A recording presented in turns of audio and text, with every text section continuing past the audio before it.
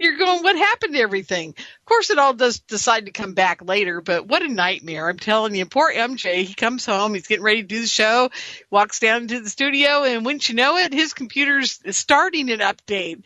So he's sitting there, and he's waiting and waiting. So it's now 8:15, 8:14 my time Pacific, so we've waited like 15, 20 minutes for his poor little PC to update. So there you go. What can I say? It's always fun. Good old Microsoft. Oh, I'm telling you. Anyhow, let's see. Our guest tonight's Grant Cameron, and he's going to join us at the bottom of the hour. So that gives me 15 minutes to tell you guys all the craziness that's been going on in my life. Let's see. Where do I even want to begin? Well, on Monday on my show, on both shows, as a matter of fact, I went through a big rant about being about what happened at my MUFON meeting. And I actually have the results of what happened to this whole thing, and I think I'm going to tell you guys the story. It won't take long, but it's interesting. It's very interesting. I guess I'm getting old, and I guess I'm getting cranky because, boy, I was on a tear on Monday. I was so mad on Monday. I think I burned up airwaves on Monday, seriously. So here's what happened. We're at our meeting on Saturday. We always go to the Petaluma Senior Center. I've been going there 6.5 years. I've been on a contract with them for 6.5 years. What I am is a volunteer with the city of Petaluma, and I am volunteering. My nonprofit is volunteered in, and we give them half of our, or a little more than half of our income from the day's event, and it's called a donation, and everybody's happy, and this has been going on for 6.5 years. So I'm getting ready for the event, and I'm the speaker. So I'm kind of running around going crazy, and all of a sudden, I walk up to the front area where my buddy Don is taking the money. I got to tell you guys, another sidetrack here for you for a moment. If it wasn't for Don Bieri, I would not be continuing my MUFON group this year. Don has decided that he's going to drive down from Sacramento every Saturday just to sit at the door and take the money for me so I can set up for the event. Isn't that sweet? I mean, unbelievable guy. Probably one of my biggest supporters. I'm his biggest fan. He and his wife, Louise, amazing, amazing people. And they go to all the conferences, and they are so sweet. I mean, I hope I'm that sweet when I'm in my 80s. I don't think I'm going to be. I think I'm going to be a nasty old woman. And after you hear what happened, you're probably all going to agree with me. Anyhow, so what happens is I'm standing up there talking to Don real quickly, and I have to run back up to the front to get the computer connected some more, and I hear a big crash. And I'm like, oh, my God, what the hell happened? So I walk out into the foyer area where the reception desk is, and they've got a big glass. They've got this door that slides from one side to the other out of glass. It's a, reception area with a glass sliding wall. So basically about, a little less than 2/3 up to the ceiling, this thing is that big. And it has fallen into the office. The middle pane, the one that slides, has fallen into the office. And the computer monitor's knocked down. There's a broken, plastic holder. There's stuff everywhere. And I'm like, what happened? And the guy, I felt so bad for him. It's one of my new guys. This is only his second meeting.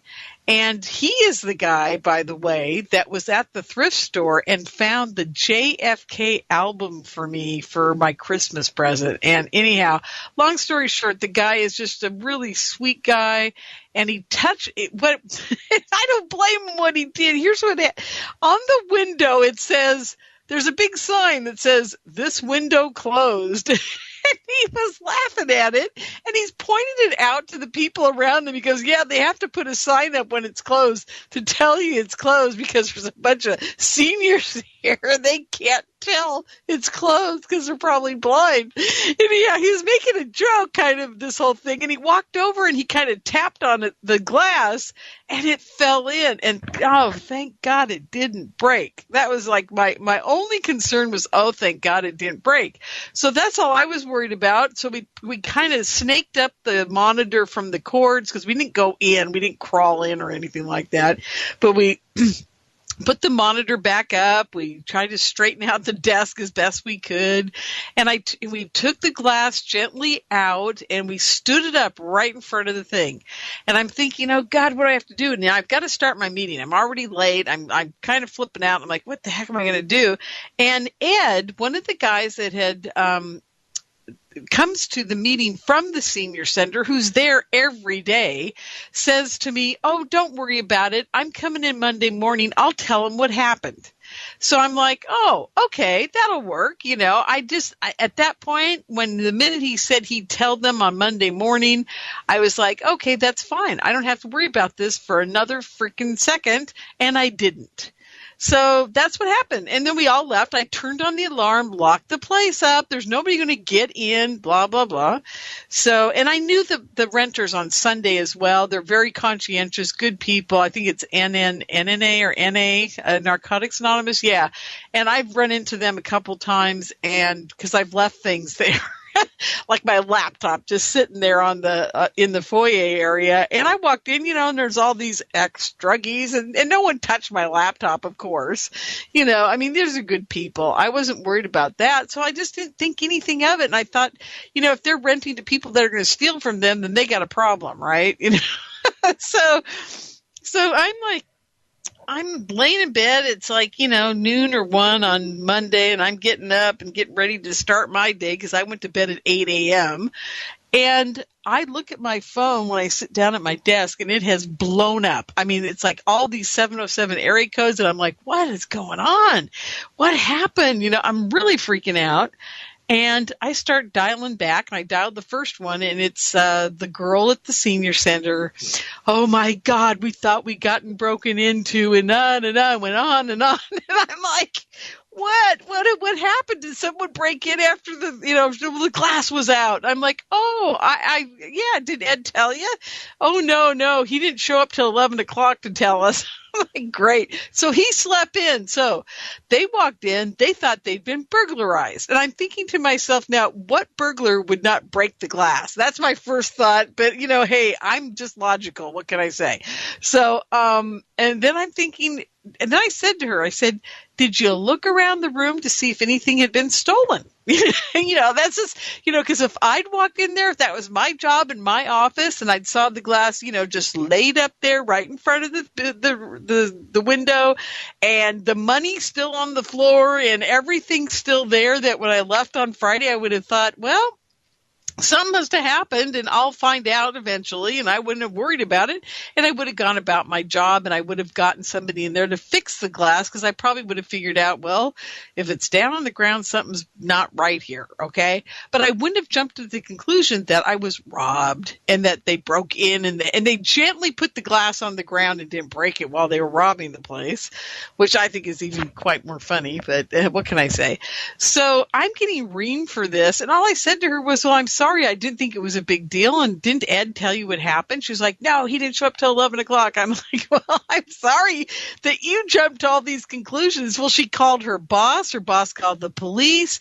And the police were even kind of laughing at them because I said to her, well, didn't the police, how can they take a report when nothing's missing? She goes, well, that's what they said. I said, yeah, they don't take a report when nothing's missing because obviously you haven't been broken into. So anyhow, I'm like going, this is just nuts, right? So, and then they say to me, and this is the corporate jargon that puts me through the roof, folks. I mean, I absolutely go through the roof when I hear this. You've broken your trust with us. We can't trust you anymore. We don't understand why you don't think it was a big deal. And I'm like, okay, this is something else you guys don't know about me. If you've ever heard of Anderson Consulting, and those type of organizations that train big corporations for negotiation, conflict resolution, sexual harassment, blah, blah, blah. The list goes on and on. I used to write all those workbooks for 3 of those companies in the Bay Area, and I did some stuff for Salesforce.com around this, and also Anderson Consulting. So, and I used to help the people train these people. I used to work for a company that used to train all of the Lawrence Livermore Lab scientists. And let me tell you, if that wasn't a hoot or something that you wouldn't believe, that's another story for another day. I'll tell you guys someday about how I went into the lab after 9/11 and I got weighed and I was almost naked in the process. But anyhow, long story short, I'm thinking, what the hell is going on? These people are just flipping out over absolutely nothing. And they said, we have to have a meeting with you immediately to go over your contract and see if we even want you here anymore. Maybe you should go somewhere else. And I'm thinking, oh my God, all this over a window. I was like, oh my God. So I'm freaking out. On Monday night, I'm on my radio show telling this whole story, and I'm freaking out, and I couldn't sleep on Monday night. I mean, it's just when things like this happen and I'm being like criticized for not doing something. Now, I do get it, folks. I probably should have left him a note or called or something, but my thought was, well, if worse comes to worse, I had to drop off some, I'm holding them right in my hand. I have to drop the roster off on Monday or Tuesday. So I thought I'll just swing by on Monday afternoon before my radio show and drop these off and tell her about the glass. If that was just like my worst case scenario, I'll just drop it off late in the afternoon. Well, boy, all this happened before I could even do that one. So anyhow, I meet with them on Tuesday at 3:00. So I've had no sleep, and I'm in this meeting. I'm sitting there, and of course, here's what I said on Monday night, which I probably shouldn't have said, but this is the truth, you guys. My thought was this was a small man. Okay, that has $100,000 worth of debt. He's got an MBA, and all he could land was a job as a community director. Okay, so that's what I said on the air Monday. I felt really bad because I'm going into this meeting having already researched this poor guy to the point of, he's chopped liver. But he turned out to be a pretty nice guy. But my assessment was correct. Hate to tell y'all. And so they finally, they offered me a whole bunch of choices.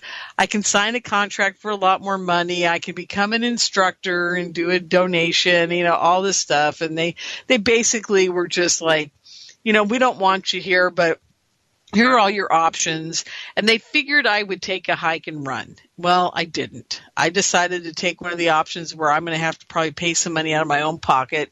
But you know what? That's okay. I'm not worried about it. And they turned out to be pretty good folk. But, I still was like, oh my God, all this over a piece of glass. It just seemed to me like it's so crazy. And the worst and the funniest part about it all, and the worst point of all this, is that the glass didn't break.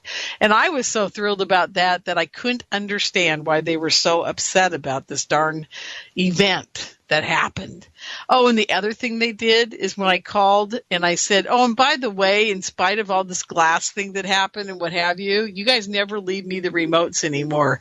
And the girl had the the nerve to tell me that we didn't deserve the remotes because she was afraid something would happen to them. I was like, okay, great. I've been there 6.5 years. The remotes have been out all the 6.5 years. By the way, she just started, and this new guy started a few months ago. So all this has been since they started. So I don't get any remotes anymore. But one of my producers had a great idea. He said, Lori, just go buy a universal remote at Walmart. So that's what I'm going to do because I don't deserve the remote for the TV. So, okay, anyhow. So that's my story. Now, I know I'm feeling guilty now that I blasted this all over the airwaves for the last 2 days, but the bottom line is it's just pretty amazing to me what people will do to get it to the point where you're giving them more and more money. And now they've got to have insurance and, all these things that I never had to deal with before. And it was so nice. And, 6.5 year run, I guess I should have counted my blessings. I knew it was coming at some point eventually, but I was hoping I'd get 10 years out of them before everybody would notice that we're not, doing what everybody else is doing. But what bothers me more than anything is the fact that the Narcotics Anonymous, Alcoholics Anonymous, the Overeaters Anonymous, all the anonymous groups that are in there, they don't have to do anything like I have to do. It's just the UFO people, of course. And, if it had been anybody else that had poked on that glass and it had fallen down, I don't think they would have been, admonished like I was. So anyhow, I don't know what to say. It was pretty wild, and I had to live through it, no sleep, and the whole bit. I just hate conflict. I hate conflict like that. So I don't know. Maybe you guys think I was being too rough on them, and maybe I should have cared more. I don't know, but I just didn't think it was a big deal. I just really didn't, and now I'm feeling guilty, and the whole thing is just a big old mess, and I just hate stuff like that. And the reason I brought this all up is because I always have that feeling every time I owe people money or something else is going on or I've got a taxes are due. And, it's just one of those things, I guess, when you've got things like that hanging over your head, they just aren't that much fun. I got to thinking life as I got older isn't as fun as it used to be. And this is just all part of it. This is just making me think about how old I really am.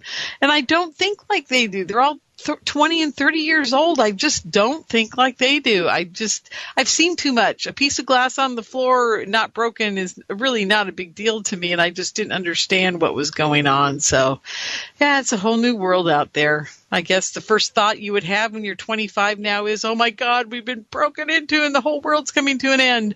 And if it had been me at 25, which, I was running a big company at 25, I would have walked in, saw that and went, oh God, it's the least of my worries today.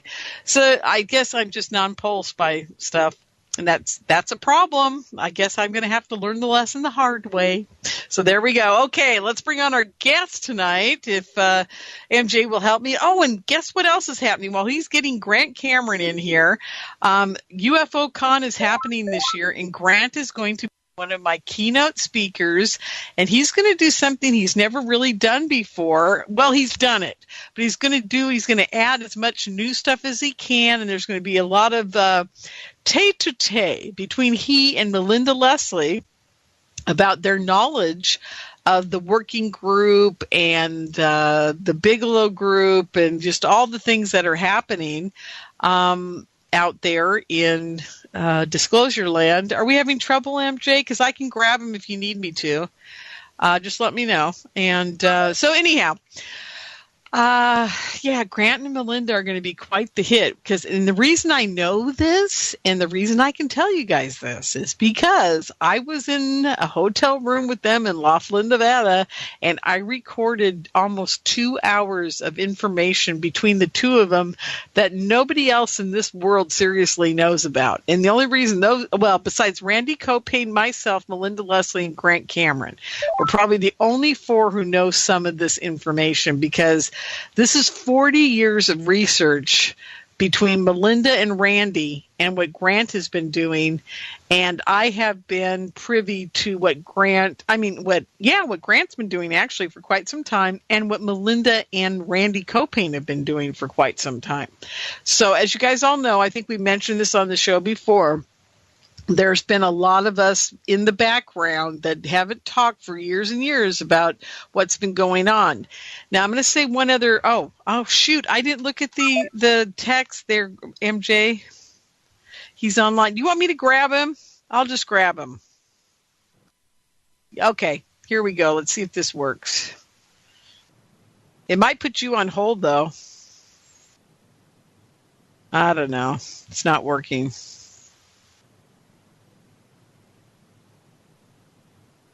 Oh, that's interesting. There he is.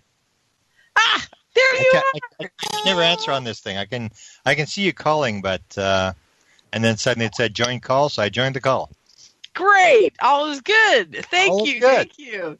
Oh my God. Well, I was just telling everybody about what an amazing night we're going to have at California UFO Con. It's going to be so wild, because I was telling them there's only 4 people on the planet right now that know what we know, and that's you, me, Melinda, and Randy Copain. And guess what? Randy may show up at the conference. There you go. Yeah. I know. So this is going to be very interesting. And I'm sure we'll have lots of new stuff by then. Did you get the latest news that, what is his name? Elizondo? Elizondo? Elizondo said something yesterday that there's going to be all kinds of footage being released this year.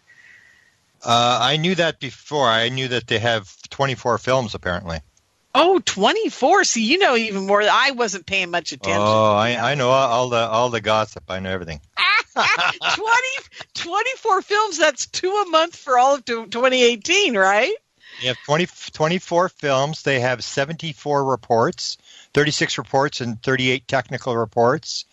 They have all this hardware. I actually showed some of it in one of my update lectures. And what's the other thing they have? They have the hardware. They have the reports. Geez, okay. I'll think of it later on. But they've got the 24 films is pretty big. But the thing is that the Department of Defense is now saying, and we knew this right from day one because I had a reporter who I talked into filing an FOIA, and he phoned the Defense Department as this story broke on December 16th, and the Defense Department said, we didn't release anything. And now the big dispute is on. The Defense Department is saying, we got no film, we got no documents, never heard of it. No, it's the old standard FOIA reply, we looked and we couldn't find anything. And there's some problems with the film that was released, and it's like dead end road already. And there was actually I got a guy who knew the New York Times reporter Ralph Blumenthal to contact him and say there's a problem with the film, and the Defense Department's not saying they're not releasing they didn't release anything. And he was absolutely furious. He said, I'm embarrassed to ask this. Do you think I'm totally stupid? And it's like, wow. We just had to sort of back off. But there is some problems. Like, John Greenwald. Greenwald filed already in October, and he was told in October. Yeah. They looked for this group. There is no such group. Eric Davis, who's the chief physicist for the Institute for Advanced Studies in Austin, where Hal Puthoff is. He's the chief physicist for Hal Puthoff. Says that what they call the COC, the chain of command. That's the main thing or the chain of custody is what you need, right. And that basically says that somebody in the Defense Department says this is a legitimate film. It was taken by the Department of Defense, and according to Eric Davis, that will never be released. Because they're saying it's classified. They're saying it will the film that they took will identify what type of sensors we have on our planes, and that's classified material. So you got to take them at their word. Yes, this film was released, but we can't give you the chain of custody to prove that it's actually a government film. And that's the big line. I always say that with this entire thing, the government has been in a position since 1947. It's always the same thing, that it's fine to say the government's got all this stuff, but to actually go across the line where the government says, okay, we're actually investigating this. We actually have film. We actually have hardware. They still haven't done that. And it's to cross that line. It's a very difficult line to cross because then the sort of the cover-up is over. Then it's sort of like, the government actually confirmed that they're lying. So now we're back to square one, and the government is saying, well, I know the New York Times put out this story and the Washington Post put out this story, but we haven't got anything. We don't know what you're talking about. I know, and it's a huge problem. Well, let me throw something at you. Have you seen David Sarita's new Portal to Ascension talk that he gave afterwards about the film? No. Oh, boy, this is going to blow your shorts. Here it comes.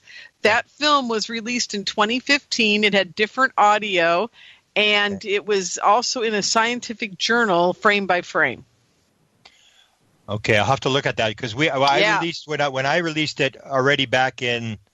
I showed it back in October, the film, and it was released on a German science fiction film website, and nobody knows. They have the name of the person, but nobody really knows who the person is. It was on there in 2007. And really? And okay, it's a different. It's the sort of there's two different films, and this is the second one without the audio. And I show it. I showed it a couple times, and that's what I'm saying. There is problems with this film, and then there's the thing about the wind. Although, of course, I'm sort of in the middle of this thing, so I sort of put it out in my updates, and then of course I get hammered because I released some audio from an F-18. I think it was the Thunderbirds talking about wind, mm-hmm. And then of course they attack me. You don't understand what's going on. Yours is a ground. Theirs is the flight data, if the black box voice thing, and sort of. And so the problem with it is that you have to know every technical aspect of how do they actually tape those conversations. Because I did an interview with John Lear. I don't know if you saw it. And John Lear immediately said, "This is total garbage. Pilots don't talk this way." They don't talk about wind, like the wind's coming out of the west at 120 knots. That's not the way to talk about wind.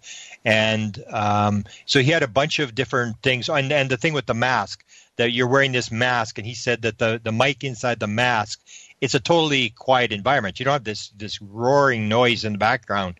And, of course, I put that up on my Facebook. I did this 11-minute interview with John where he's talking about all the problems with the film. And, of course, then it's just like I got totally attacked. It's like John Lear, he's an old guy. And, he believes they got a million people on the moon and all this sort of stuff. And I'm saying just because he has some strange ideas doesn't mean he's lying. People always has this thing, if they can find out that Lorien Fenton has got a parking ticket, everything you've ever said is discounted because we can go this, and that's always the route they do. And of course I'm sort of the messenger now, so it's sort of like that's why I said we were going to do the interview, I was saying I'm getting a little tired of talking about this because I'm just like under attack constantly. I'm doing the Pandolfi on one side, and he's saying that it's this is a Scientology scam, and that all these guys are Scientologists and they're running another scam to get money. And then, of course, once you bring up his name, then you get attacked because you brought up his name.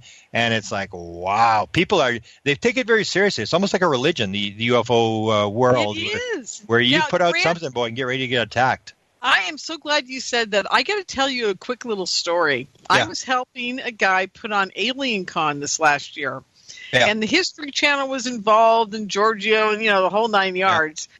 And I know him. I met him right before the event happened, kind of on email, and his crew. And they were wonderful to me. They invited me to do he said, can you get a bunch of people in the UFO community together in the Bay Area and do a panel? And can you speak? And I was like, sure, I can do all that for you. He goes, yeah, everybody told me you're the go-to gal for MUFON in the area. And I said, sure, I'll help you out. Uh-huh. So, and he came to one of my MUFON meetings. Really nice guy, okay?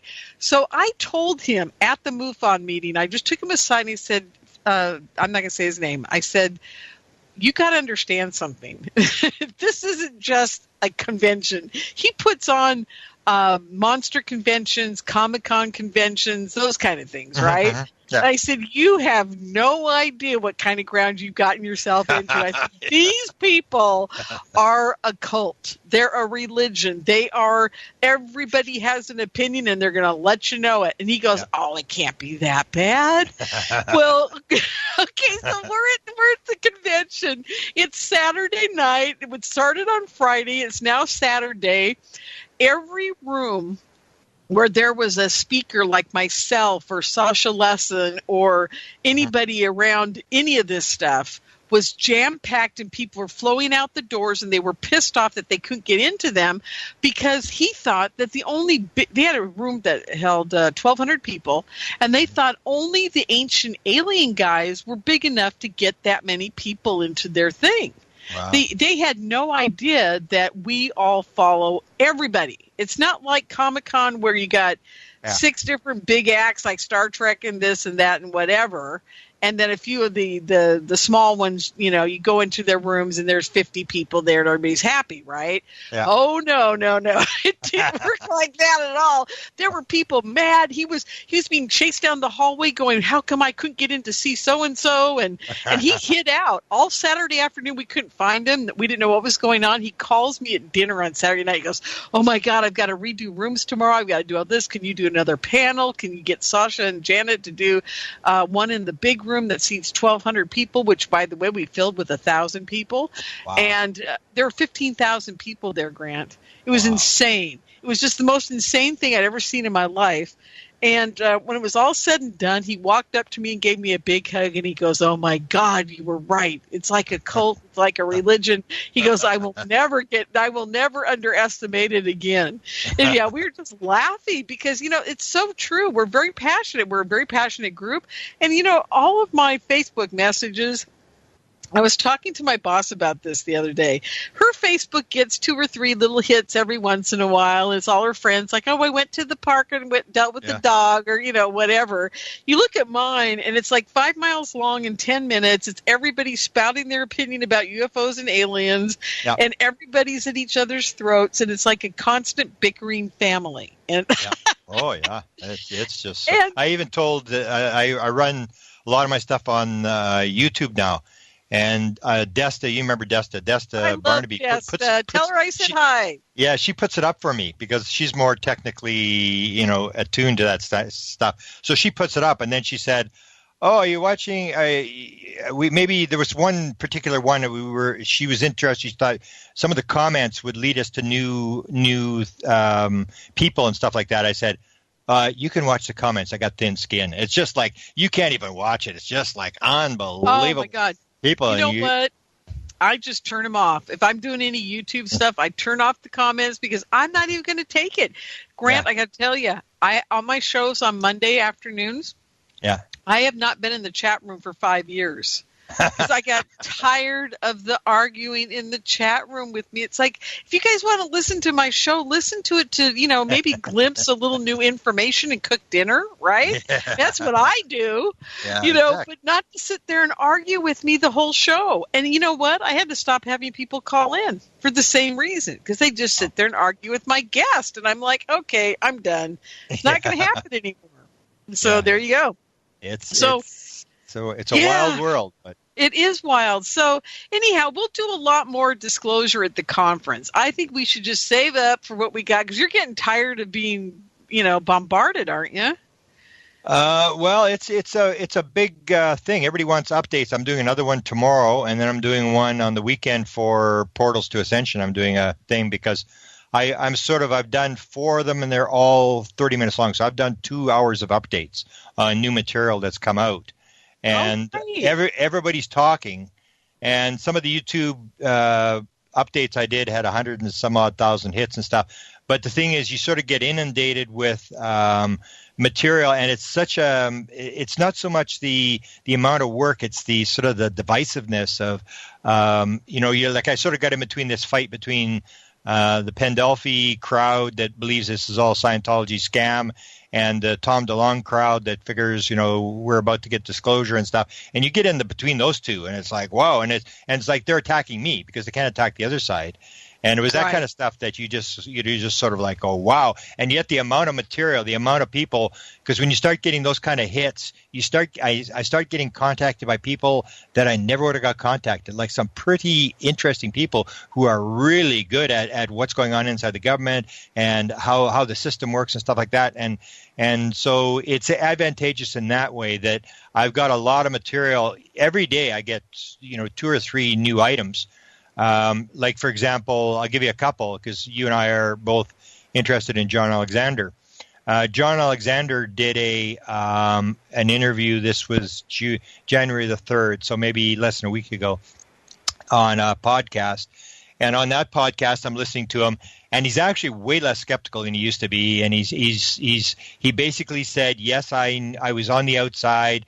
I knew some stuff was going on with the Tom DeLonge thing. I only talked to Tom on the phone one time, whatever. And I had heard this in the background. I'd heard his name bounced around and stuff like that. But he basically said, yes, I've known these guys on the panel.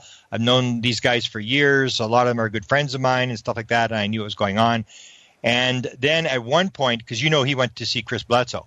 So he went to see Chris. I do know that. And he wrote a whole chapter in his book. He was very impressed with Chris, with all the stuff, the burning tree, getting healed from Crohn's, and this sighting thing where Chris said, they're here. I think they're here. And then this thing appears in the sky, and John was just sort of blown away. So and I never would have thought to ask John this. And it was just so revealing, because he said to John, he said, so why did you go see Chris? Like, well, why would you go across the country to see Chris? And there's this hesitation, and John goes, my sponsor set it up, and he made it. He made it. He said my sponsor, and as soon as I heard that, I go, that's Jim Semivan, because that's the guy that he's the experiencer. He's the guy that sort of befriended Chris Bledsoe, and is sort of was covering Chris Bledsoe's back, and had known about Chris's story right from the word go. So when John says my sponsor, I'm thinking, he's not supposed to be in anything. He's retired. And he's saying my sponsor. And then I heard from another one, one of these real interesting guys from the inside. I really don't know who he is, but he's basically sending me, stuff that's going on and stuff that I never would have got without him. And then he tells me one of the other very high-level Avery guys, and he used the word sponsor. And so he said, who's John Alexander's sponsor? And he said, this other guy's talking about a sponsor too. So which means there's money floating around in this thing, and that John is more sort of involved. And then the other thing I got was from Pia Knudsen. I don't know if you know Pia, right? From Denmark. I don't. No, she's interesting. So she contacted me. She runs a bunch of conferences over there. I'm going to speak over there in May, I think, and beginning of May. But anyway, she contacted me, and I didn't know this, that John, as I don't know if you realize that Tom DeLonge contacted the Free Organization. And I do know that. I know all about it. Yeah. He was, and Ray said, they were going to offer to pay their salaries and stuff like that. And, there's different views as to why DeLonge would try to go for the files. And I think for DeLonge, he's just a storyteller. He wants to make movies. And if you can get a Chris Bledsoe story, I mean, you can make millions of dollars. So there's lots of Chris Bledsoe stories inside the free files. I don't really see that much really sort of, diabolical about what he's doing. But anyway, so she contacted me. She said, John's writing a chapter in their book. I said, are you kidding me? And so I go and check. Sure enough, he's writing. They've got this book coming out on all these different aspects of the experiencer thing. And John is writing one of the chapters. And it's my God. It's on exactly what I said. Like I give John a gold star in my book, because he says exactly what I say. As I pointed out numerous times, if you go to John Alexander's website, when you look at UFOs, it's not UFOs, it's UFOs phenomenology. And that is the term that the CIA apparently has always used. It's phenomenology. It's not UFOs. It's all the same thing. So it's ghosts, it's near-death experiences, it's portals, it's consciousness. And John always is very open. When he talks about it, he said consciousness is going to be a key element to this thing. So he's writing this thing on contact modalities, that we should see them all as one thing. So he's written this chapter, which is exactly the right thing. But I can just imagine when the experiencers find out that John Alexander has written a thing, and Ray Hernandez has said he has no association with Free. It's just because he has this chapter, or he has this thing which Free agrees with, and I agree with it as well with this chapter he's writing.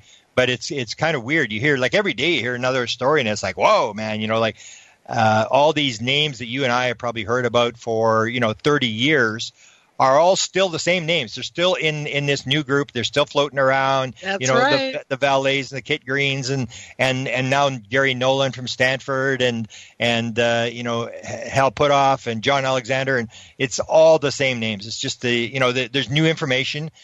new places for them to go and find answers to stuff, and they're all been gravitated back, and it's almost like the good old days of Bill Moore or John Alexander's group in the 1980s, the Advanced Physics Theoretical Working Group. It's like same old thing. Now they call it I don't know if you heard this. This is one of my updates. I haven't heard this one. Tell me. It's called the Cosmic Club. There's a woman, the woman that discovered, and Chris used to talk to me about this. There is this group. And this is almost like the Avery. Like people always think the Avery is this, group that, this government-sponsored group. It's nothing. It's just a bunch of guys who were given names by Bill Moore, Avery names, whatever, and they know each other. And they've all got this, they've all interacted with the UFO phenomenon. And now it's not called the Avery. Now it's called the Cosmic Club. And Diane Pasulka talks about it. And Diane Pasulka is the head of religion and philosophy at the University of North Carolina. I'm trying to get her on my radio show. She hasn't responded to me. Oh, she hasn't? Oh, because she was on Greg Bishop's show. If you listen, Mysterioso. Yes, I did listen to it, and I think she's fascinating. I love her stuff. And she's she's been sort of dragged into this thing because she's a sort of a high level person. She's good friends with Jacques Vallée. Jacques Vallée's in this thing, so they drag her in. And she calls it the Cosmic Club. And I heard that there are 40 people in this group. And these are people like the Avery, who are people, very high-level people that you probably wouldn't know, but they're main people at universities, academics and stuff, who just don't want anybody to know that they're doing UFOs. And this is this high-level thing where they can work with each other, they can exchange information. It's like the new Avery. So it was, I even had a list. There was first was the Avery in the 1980s. Then there was John Alexander's group, which is called the Advanced Physics Theoretical Working Group, and we'll be talking a bit about that at your conference. And they had 20 people, and I'll name all the people that were at that group. And then you have Joe Firmage starts the ISSO group in 1989, and they all suddenly gravitate to there because he's got money and he's starting to work on advanced physics and stuff, and they all run to that group to find out what they can find there.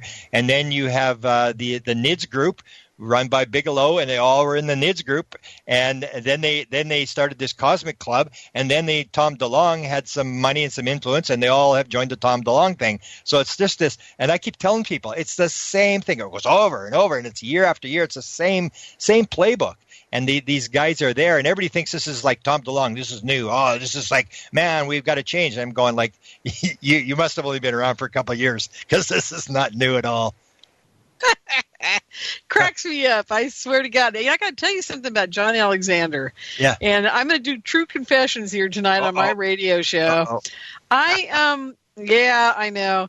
I never trusted the man. I mean, I don't know what it is. You know how it is? You get around people and you just kind of go, well, I don't know. It's like I just never wanted to talk to him or anything. And I've had plenty of opportunity to do so. And I just go, no, that's okay. Y'all go off and have lunch, right? I'm at the conferences. I'm like, I just don't feel it, man. Yeah. So I'm sitting there with, I think I told you this story, and I'm not sure if I should be telling you, but I'm going to. I'm sitting there with a friend of mine, and she says to me, I just had a woman come up to me that said that the guy that was in her abduction interrogating her on the in the underground base, her MyLabs experience, is at the conference. Mm-hmm. And I said, that is so bizarre. I wonder who it is. And she goes, you're not going to believe it. And I said, tell me. And she goes, it's John Alexander. And I said, holy Moses. Okay. So that was many years ago. Okay. So now I know that John Alexander is playing both sides of the fence. And that's why my hackles were always up around him, because he is. Now, many years have gone by. I made a snap decision in that moment that he's, obviously never to be trusted. And he's denied it, as the day is long when he's been confronted about this. And believe me, she wasn't the only one, okay?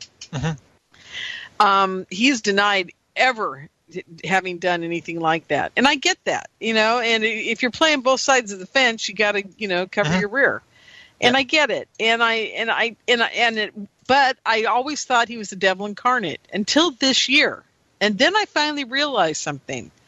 If it wasn't him doing it, it would be somebody really nasty doing it. And apparently he's not that nasty when he's doing it. Okay. Mm-hmm. So if I got abducted to the My Labs place, I think I'd rather have John sit in front of me just asking me some questions than some reptilian like a lot of other people have had, or, threatening to rip my arms off, or, these horrible things that go on, that if it's just John there, I think I could handle it a lot better.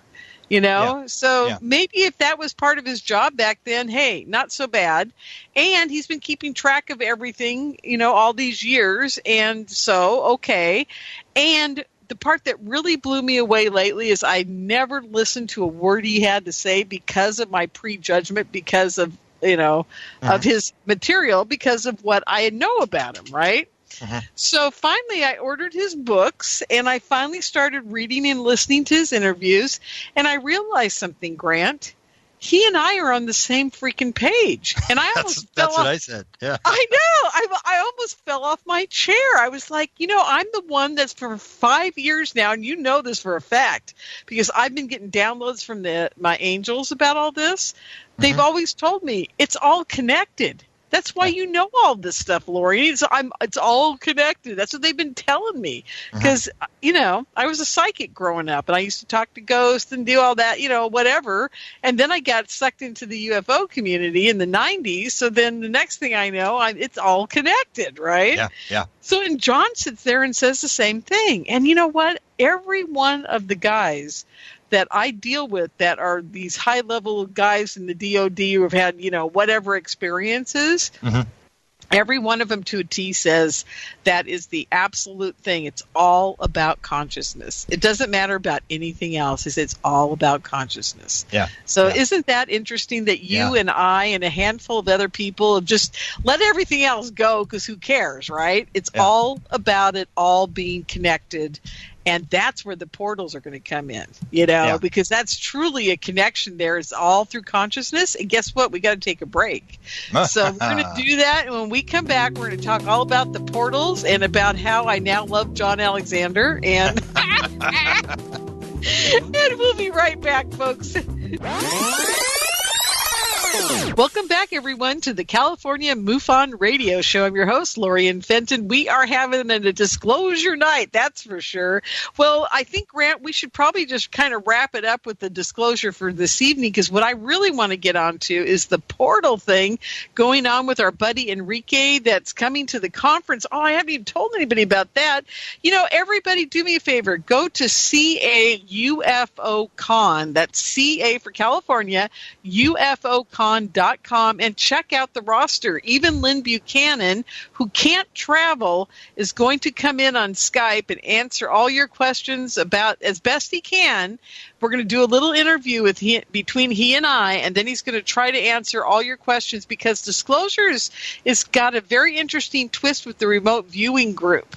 So I hope you guys are up for that, because that's going to be quite extraordinary. And I wish I could get him there in person, but the problems that the older people are having in the UFO community, you guys have got to realize something. Grant and I are one of the youngest people in the UFO community, and we're no spring chickens, and the rest of them aren't going to be here long. So I was so unfortunate to get David Adair last year. Oh, David's going to Skype in too. I forgot.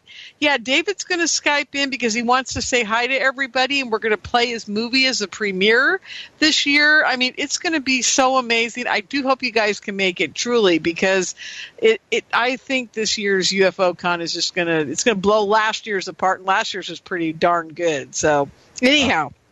Check out caufocon.com. Grant will be there. You get to meet him in person, and you get to get an autographed copy of Managing Magic, which I think is everybody should have that by the side of their bed going through the next year. It'll help you get through it. Believe me. Seriously, it's like your Bible for disclosure. Yeah. The homework, as Melinda calls it, your homework. Yeah, your homework. We all got to have our homework. We all got to do it. That's the worst part. Yeah. So how did this whole portal thing start for you? Well, it started, I did the Head to Consciousness download in 2012. And that's when I first met this woman in Phoenix. And she was in her 70s. And then she was the one that told me, I've flown the craft. And I went, You what? And she said, yeah, I've flown 3 different models. And I'm going, did they let you fly the craft? And she said, oh, yeah. And I said, well, how do you fly a craft? And then she said, oh, you do it with your mind. And then I was really hooked into consciousness. Then I suddenly realized, like, this download I got was absolutely right, that this is the sort of the bottom line to this whole thing.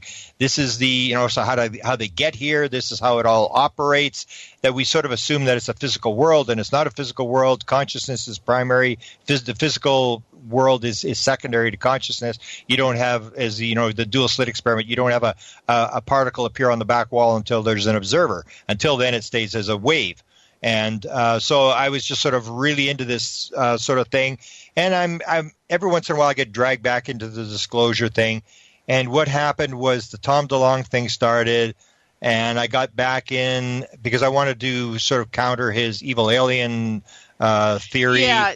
Before we move on to the portal thing, that's the one part about the whole disclosure thing that I'm not settled with yet. I can't handle that part because, and but I could never handle Stephen Greer's "They're all good" either. So, yeah, but see, his was like just bizarre. I mean, it was like all religions are caused by aliens, and that they're giving different religions nuclear weapon, or no, giving they weapons, and now they're giving us nuclear weapons so we can kill each other faster, and we should use nuclear weapons in outer space to take the bugs down, swat them out of the sky. And I'm going, like, okay, oh my. Now I gotta say something right there. Did Tom DeLonge ever figure out? I mean, did he ever study the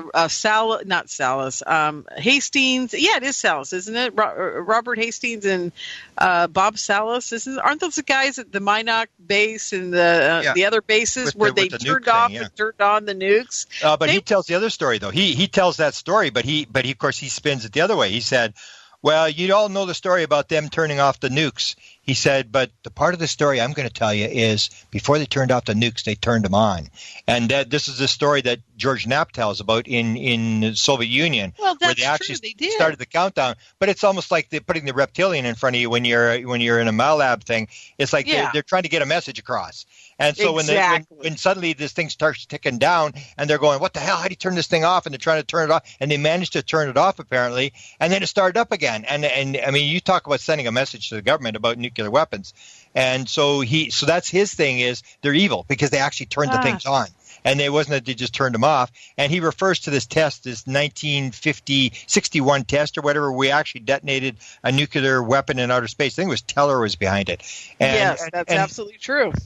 It knocked out all the satellites. It knocked out everything, because what you basically end up with this sort of radioactive belt around the Earth for about 5 years. It'll take out everything we've got, and everything today, all your communications, all your TV, everything is run by satellites. It's all satellite.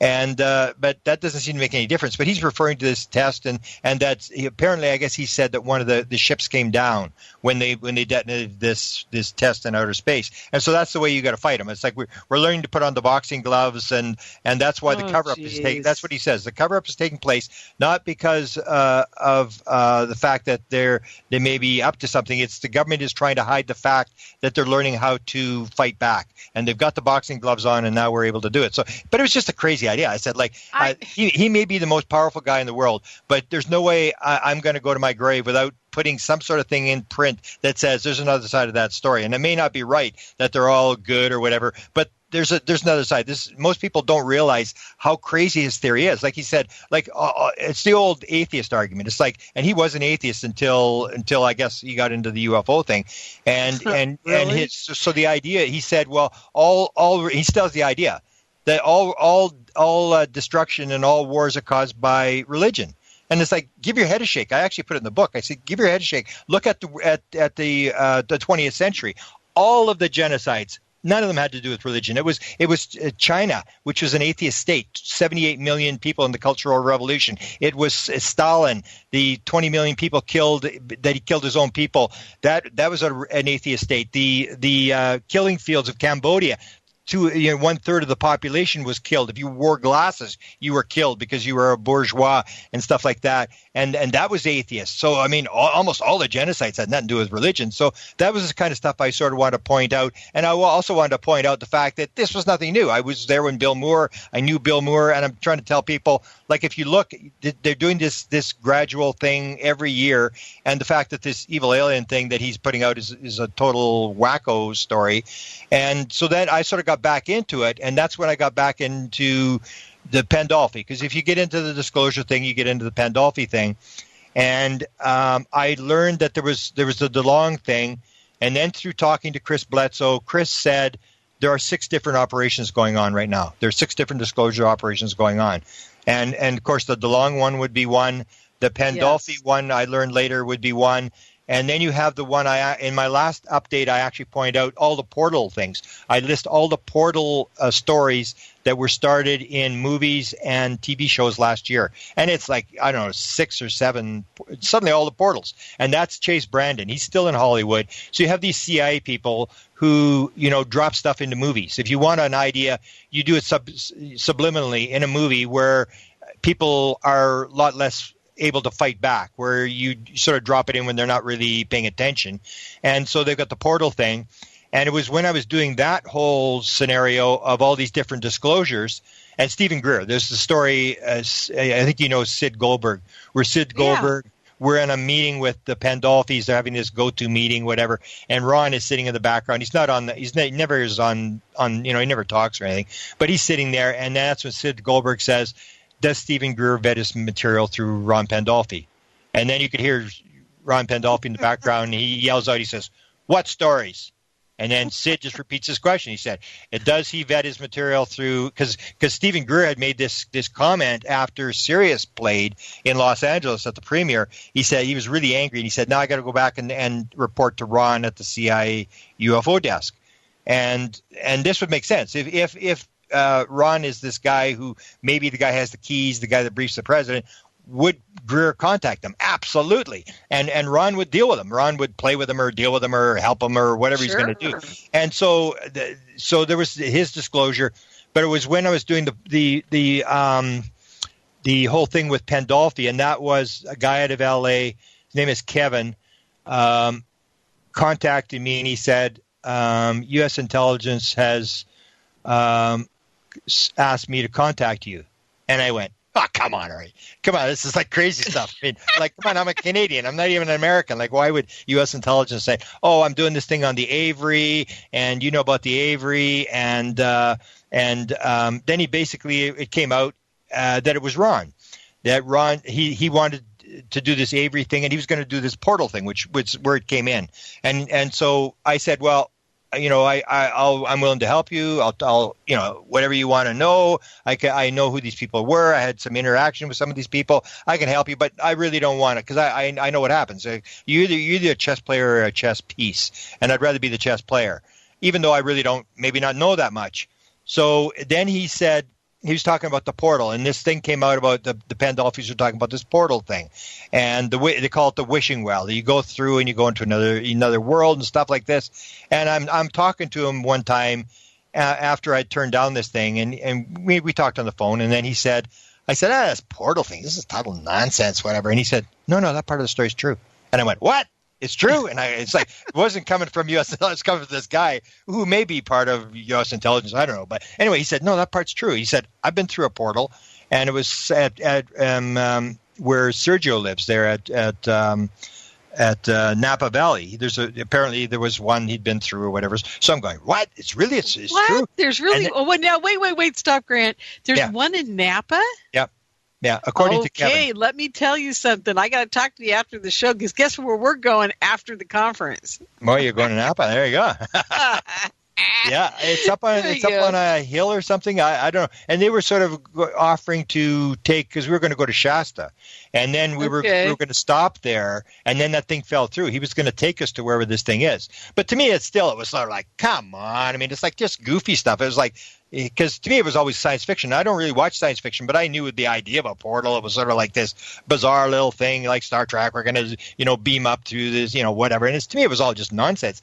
And then I said, really? It's for real? And he said, no, that part's real. We're doing the documentary, and it's a nonfiction. Ron had said there's been enough fiction. We're going to do nonfiction. So this documentary, and they're supposedly still working on it, which, I have my questions as to what's actually going on. And so he said the last 2 episodes are going to be on the portal. So, of course, my obvious question was, okay, so who's going on camera about the portal? And he said the princess, who's Ron Pandolfi's wife. And she's sort of the center of this portal thing. This is the story. Right. Well, people that are listening to this right now, they don't even know what the heck we're talking about. So maybe we should go back to the beginning, and you just got your download. The lady's flying the thing. You're into consciousness. Yeah. And then how did it start that you ended up with the whole portal thing, though? And then we got to explain who these people are. And what the portal but it still comes down to DeLong does the book, and I go back to Ron Pandolfi, because Ron Pandolfi, I've written about him. I think I even wrote about him in my 1991 book. He's always rumored to be the guy who, as the term goes, he has the keys to the classified material. He's the guy that if you want a briefing, you've got to go through him. Let's give everybody just the quick lowdown on who he is. Because people are going, who's this guy? If they haven't been paying any attention to the Tom DeLonge thing, which you'd be surprised of how many people turned off when it started. I'm not even going to listen. They don't even know who he is. So go ahead and give them the quickie on him. So he started in the CIA. There's a story that in the CIA they have what's called the Weird Desk, or the Phenomenology Desk, which is all the stuff. It's ghosts, remote viewing, psychic phenomena, psychokinesis, firewalking, UFOs, remote viewing. It's all that stuff. It's all the same thing. It's all run out of there. So there's always been a rumor that they had this. And the guy who supposedly has run it since 1983 is Ron Pandolfi. He's a CIA. He's a physicist. The guy who ran it before him was Dr. Kit Green from 1969 to 1983, and the guy before him was Arthur Lundahl, who was the guy who did the famous briefing on the Cuban Missile Crisis for Kennedy. He was the guy who ran the lab where they analyzed all the U-2, all the SR-71 and spy photographs. He was an expert on photographs, and he was fascinated with UFOs. So you have this sort of almost like the magician, the head puppet master for UFOs, and anything that comes through the CIA in terms of briefings. For example, 1993, Rockefeller goes to the Clinton White House, and he's going to demand UFO disclosure from the president. He goes in there, and they cut him off at the pass, and he has to go through the science advisor, who was Dr. Jack Gibbons. So Gibbons understands that Rockefeller's coming to the White House, and then at that point, he has to decide, well, I got to figure what's going on here. So he requests a UFO briefing because he wants to know what the heck's going on with UFOs. Like, what's Rockefeller? What do we know? What do we tell him? All this stuff. And the briefing, we know for a fact, goes to Ron Pandolfi. But the CIA is not into UFOs. So Ron Pandolfi gives the briefing to Dr. Bruce Maccabee, who is a Navy physicist, friend of his. And then the briefing suddenly is not an official government briefing. It's just some guy, physicist guy, who's spouting off about his ideas about UFOs, and that's what goes to Clinton's science advisor. And supposedly Ron Pandolfi or Kit Green or somebody goes in the back door and gives them the real briefing. So Ron has always been the guy who may have briefed the last 6 presidents on UFOs. So when the president comes in, they got to tell him. Ron goes in there, he does the briefing, and he tells them what the story is, whatever he needs to know, whatever. So he's this high-level guy, and as they say, he has the keys. So if you're and the story was, for example, if you look at the Tom DeLonge thing, the whole story was that Senator Harry Reid had started this whole thing, and that John Glenn had told Harry Reid to do this UFO thing, that he had been contacted by 2 defense intelligence agents who had been to Skinwalker Ranch and had stuff happen. And then they contacted Reid. Then he talked to John Glenn, and John Glenn said, do this UFO, let's get some money, let's investigate this thing.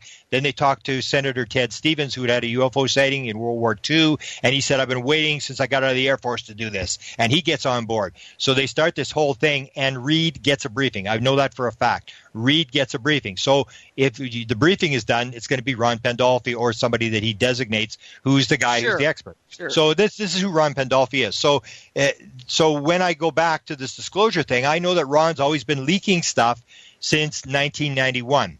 And he's been leaking stuff to a guy by the name of Dan Smith. And Dan Smith is a guy, his father was a financial advisor to Eisenhower, very, very powerful guy at Harvard University. They gave the property up for Caltech University. Dan Smith is very, very wealthy. Dan Smith has got 2 degrees master's degrees in physics. He's into eschatology. He's into the end of the world. He's into philosophy, and he's into UFOs. And so in 1991, he has an experience which he calls the Sophie experience. He has this experience with somebody talking in his head for 10 minutes in the middle of the night, this woman, and he sort of gets obsessed. Then he gets into UFOs in 1991, and he joins MUFON, and he sees on the front cover a bunch of stuff on crop circles. So he contacts the people in England, and he contacts Robert Exler. I don't know if you remember Bob Exler. I do. I remember the name, and I read a little bit about him. Yeah. Ames Nassau. He contacts Exler. And Exler says, the guy you need to talk to is this guy at the CIA. So Dan Smith picks up the phone. He doesn't care. He's not afraid of anybody. He picks up the phone. He phones up Ron, and he says, I had this experience, and I'm interested in getting some answers. And Ron starts talking to him. And I was actually just watching a video of Jack Sarfati, who's in your area there. Oh, and yeah, Jack Sarfati, they did it's pretty interesting if you want to go back and review this. I will. Dan Smith and Jack Sarfati talk, and it's like 10 segments on YouTube. And in the second segment, he talks about this thing of phoning Ron in 1991. And so Jack says, hey, so what was Ron's reaction when you phoned him? And he said, it was like he expected the call, because that's what happened to Jack Sarfati. If you know Jack Sarfati's story, he has this experience in 1952 where he gets this message. He's a little kid, and he's reading this book on switching circuits, and he gets this suddenly the phone rings, and he picks up the phone, and this voice like Stephen Hawking's is on the – have you ever heard this story? It's just the most bizarre story. No, I haven't. So he picks up the phone, and there's this voice. He said it sounds exactly like Stephen Hawking's voice. And they said, is this Jack? And he says, yeah, this is Jack. And they said, this is a computer on board a flying saucer. And he goes, oh, yeah, he's thinking of himself. Like he's in a gang, he runs a gang in Brooklyn. And he says, it's got to be one of my gang guys, So he figures, okay, I'll play along with it. And so he's going along, and they said, we have picked the 400 top people in the world to share our experience, our knowledge with. And we have picked you, but you have to agree in order for us to pass you the information. And he said, do you agree? And he goes like, yeah, sure, whatever. And then he feels this thing going up his spine, like Kundalini, this power going up his spine. Oh my God, I've had that. So have you. Yeah, well, I've never had that. Yeah. But, so he describes this, and then he's really interested. And anyway, he goes, gets his gang, and the flying saucer doesn't show up. But they say in 20 years, you'll start to meet the other people. So this is 1952. In 1972, he tells a story. He's teaching at UC Davis, and they're about to go to England. He's got a job in London. He's going to teach in London. And it's Sunday. He's reading the Sunday newspaper, and they're leaving on Wednesday. And suddenly he reads about Uri Geller. So he doesn't realize this is 20 years later. He reads about Uri Geller, and he says, that's kind of weird. And it's here right at Stanford University down the road. And then he says, I'm going to check this out before I go. I'm going to go check this out. And he phones SRI, where Hal Puthoff and Targ and Russell and all these guys are running the remote viewing program, which is sponsored by the CIA. Kit Green, the Weird Desk. He's the control officer of the remote viewing program. And Jack tells the story. He says, he phones up, and the guy, I can't remember the guy's name, he's dead now, but he answers the phone, and he says, this is Dr. Jack Sarfati. I just want to find out about your program. And they said, oh, Dr. Sarfati, we were hoping you would phone. And he was, you were? and so he tells the story about how he meets all these guys. And so, and they ask him, Bill Burns was doing the interview. He says, well, were these the 400 guys? And he says, well, you figure it out. So you got, all these guys like Kit Green and Hal Puthoff and all these guys, and he gets in this group 20 years later in this thing. So that's when he says to Dan Smith, he says, sort of like when I phoned SRI. I mean, because that's what Dan said. He said it was like he was expecting my call. He knew I was going to call. And so he said the second conversation, he's talking to Ron Pandolfi. Remember, this is 1991. And Ron says, I'm going to Los Alamos, and I'm going to talk to the aliens. And Dan says, you are? And he says, yeah. and I'll talk to you when I get back. So, of course, Dan posted on this Paranet or whatever this, it was before the internet. It was like a chat board. I remember I used to be on this thing. Oh, and you could, yeah, me it was too. Just like, yeah, I know exactly what you're talking about. And so ARPANET. he posted on this ARPANET, ARPANET was earlier, but he posted on this thing. It was the UFO boards. That's all they had was these UFO boards, like alt Paranet and alt UFO and all these things. And so he posted on there, and he said, my friend Ron Pandolfi said that he's going to Los Alamos and he's going to talk to the aliens there. And then he phones up Los Alamos, and guess who comes on the line? Oh my God, who? Take a guess. Who worked at Los Alamos? Oh my God. We just talked about him. I know. What was it? God. John Alexander. John. I was just going to say it was John, but it was also two other guys. Yeah, but John. Involved, so he phones and he says, my friend Ron Pandolfi's coming there. And they said, well, hang on. And they put John Alexander on the line. This is 1991. And he said, Is Ron Pandolfi coming to Los Alamos? And he said, yeah, he is. And he doesn't bring up the UFO thing. So when Ron gets back, all Ron says is to him, he says, next time I tell you something like that, he says, you can talk about me and you can talk about whatever, but just don't put my name and CIA in the same sentence. So it doesn't even dispute it. So he starts leaking this stuff, and it's all this plausible deniability. And Dan has said he's talked to me almost every day since 1991. For 27 years, he's talked to Ron Pandolfi. And he says Ron will leak stuff. He'll tell him stuff about this gravity wave program that he was running for the Jasons. And Dan Smith says, it's like I have my antenna up. He says, I either pick it up or I don't pick it up. He will never repeat it a second time. And everything that he's ever said to me, he will deny that he ever told me anything. And that's how he does it. So it's got this plausible deniability thing. So Dan has been leaking this stuff for years. And Dan is now the sort of the key, and all this stuff is posted on Open Minds Forum, and you get like all sorts of people, like Beckham is on there. All the people who are really interested in the stuff they're leaking comes on there, and it's all sort of like the bird code. It's all sort of embedded in people's messages and stuff like that. So anyway, I'm following Ron because of this this whole thing of disclosure that DeLong is doing this thing, and that's when the portal thing comes up. And of course, I'm more interested in the portal thing by Ron Pandolfi than I am in the Tom DeLong, because Tom DeLong is still into this hardware. The aliens are going to come down the chain. Elon Musk, just like all these guys. Let's build ships. I'm like, forget the ships. Yeah, exactly. We don't need ships. Yeah, it's almost like the thing they're going to come down. They're going to come down the chimney and give us free energy engines. Yeah. We can run our SUVs for free, and they're going to feed all the poor people. They could have done it's got nothing to do with that. You and I both know that they've had that type of technology for 40 years now, at least. And they could have done it yesterday if they wanted to. It's never going to happen because of the money situation. And it's that simple. And that's what everybody hasn't figured. It's so obvious to me that until the day when we become a true socialist republic, we're never going to see it that way, folks. We're in a fascist state. I'm sorry. It's just the way it is. Anyhow, go ahead. Yeah. So anyway, he starts talking about this portal thing, and of course, until I talked to Kevin, then Kevin said, "No, this is for real." And then I started paying attention to it, and they call it in the desert. They say it's in the desert, and I start putting all I watch everything, and that's what I do. Like I now have a list. If you include the Cosmic Club, which has 40 people, and I know some of the people for sure are in it. Like there's Diane Pasolka, and there's Jacques Vallée, and there's these people that have long been known to be a part of this group. But I have a list of 81 people, and what I say to people is what I do now that are involved with this Tom DeLong and this Pandolfi disclosure is I just sit back and I listen to these 81 people, and people say, "Oh, you can't listen to John Lear because he's this. You can't listen to this person because he's that." And I say, no. If they're in the story, I'm listening to what everybody says.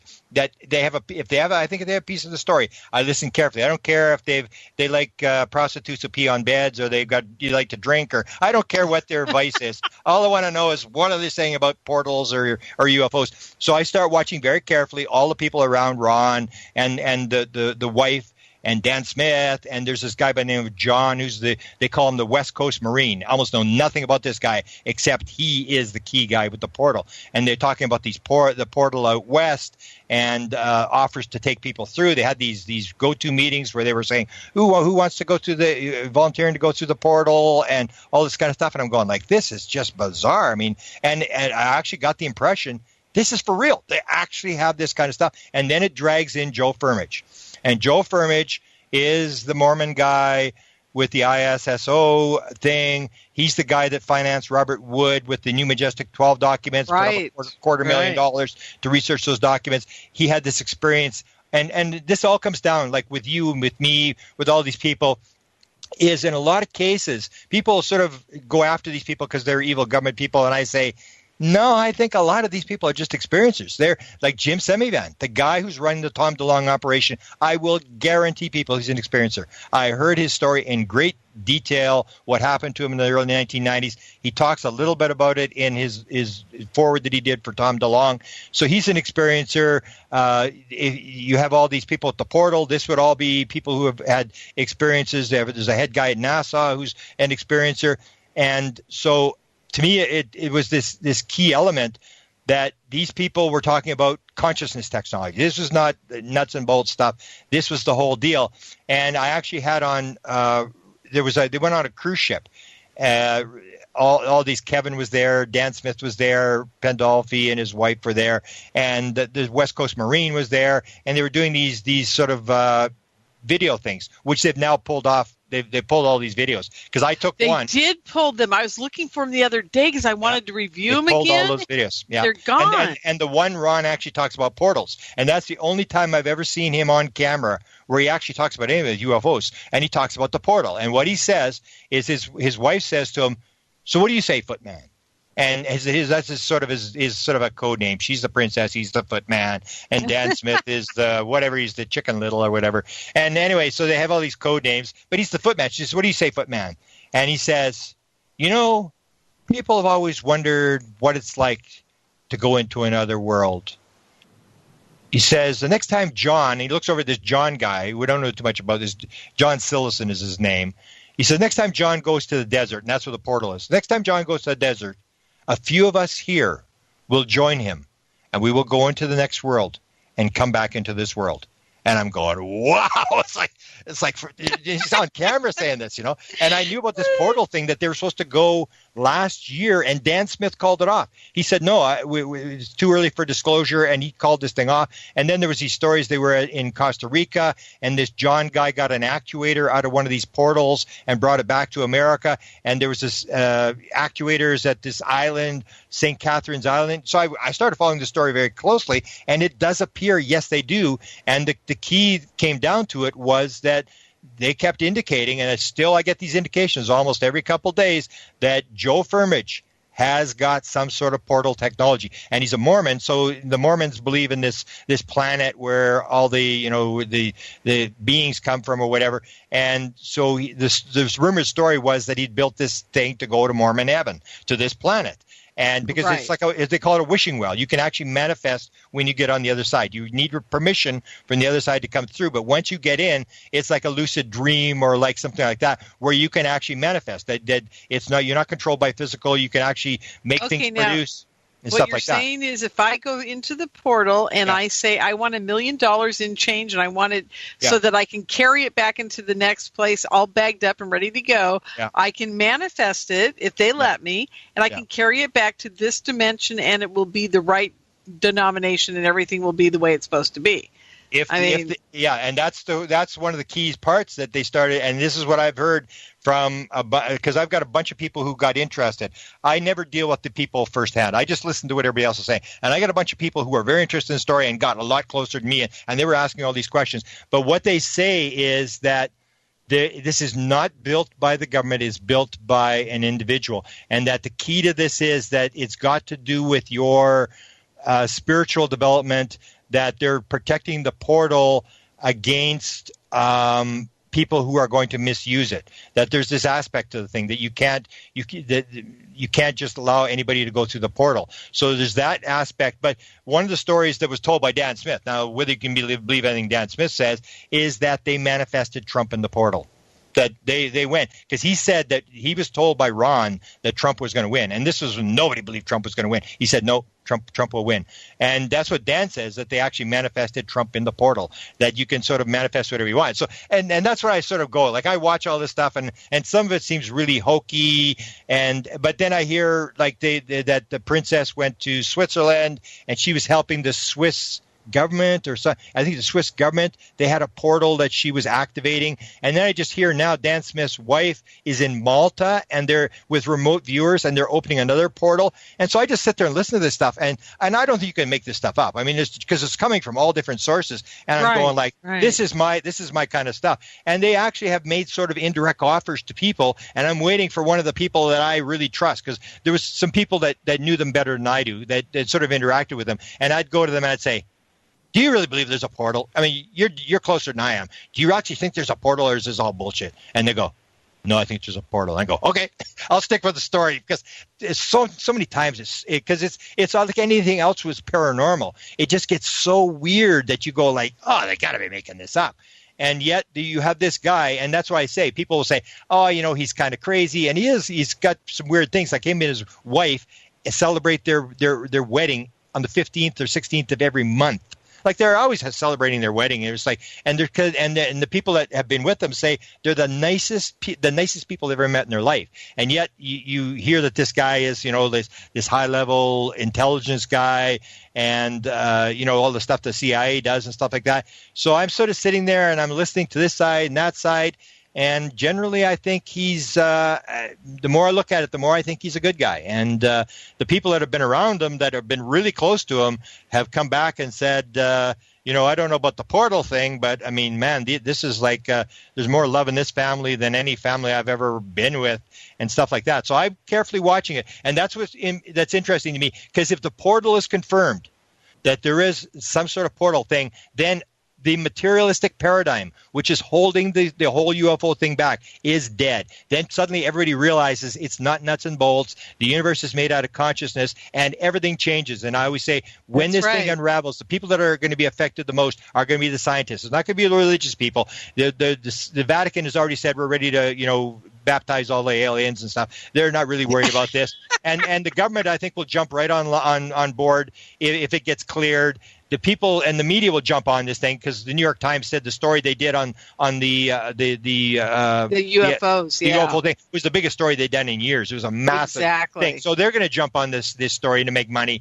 The people that are going to be most devastated by this thing are the people who spent $20,000 or $30,000 a year at MIT and suddenly realize that everything they learned is wrong. They've been scammed on everything, and it's not a material world, and you can get here from there. You can bypass time and space and all this stuff, and that it's, as I tell people, and Ron actually said this. A lot of people are going to be disappointed when they find out what disclosure what's actually going to be disclosed. And what it's going to be is it's going to be a lot less physical than people think, and it's going to be a lot more spiritual than people think. And I don't think a lot of people, especially the scientists, are going to be able to handle this, because I think John Alexander used this in one of his lectures. He said in the National Academy of Sciences, which is the top 2,000 scientists in the United States, there's only 6%. Only 7% of them believe in God, and there's only 4% of them believe in paranormal phenomena.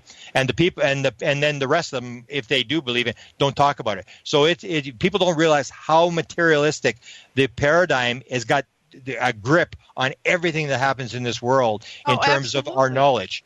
And this will devastate it. The portal thing will totally devastate it, because it says, man, this is a different world. That these whatever this intelligence is popping out of these things. Even if you heard Eric Davis talk about the portals that opened at Skinwalker Ranch, and this thing popped out, and he seemed to be the sort of the focus of the thing. A lot of people, nothing happened around, like John Alexander, nothing really happened around him. But Eric Davis, who's this astrophysicist, PhD astrophysicist, very sharp guy, is talking about this and describing the fact that this is for real, that this is how they're getting here, and they're coming in and out of these portals, and that just destroys the the cover-up. And I say the cover-up is the scientists, because everybody's afraid of the scientists. None of the scientists, that's why they have this cosmic club thing where nobody identifies themselves, because they're afraid they're going to lose their tenure. They're going to lose their grants. They're going to come under ridicule from all their people. That's why nobody in the CIA who believes will talk about it, because their career is on the line. That's what they told Jim Semivan. When he had his experience in 1991, he went to George Tenet. And George Tenet, he said, I need to know what's going on. And George Tenet said,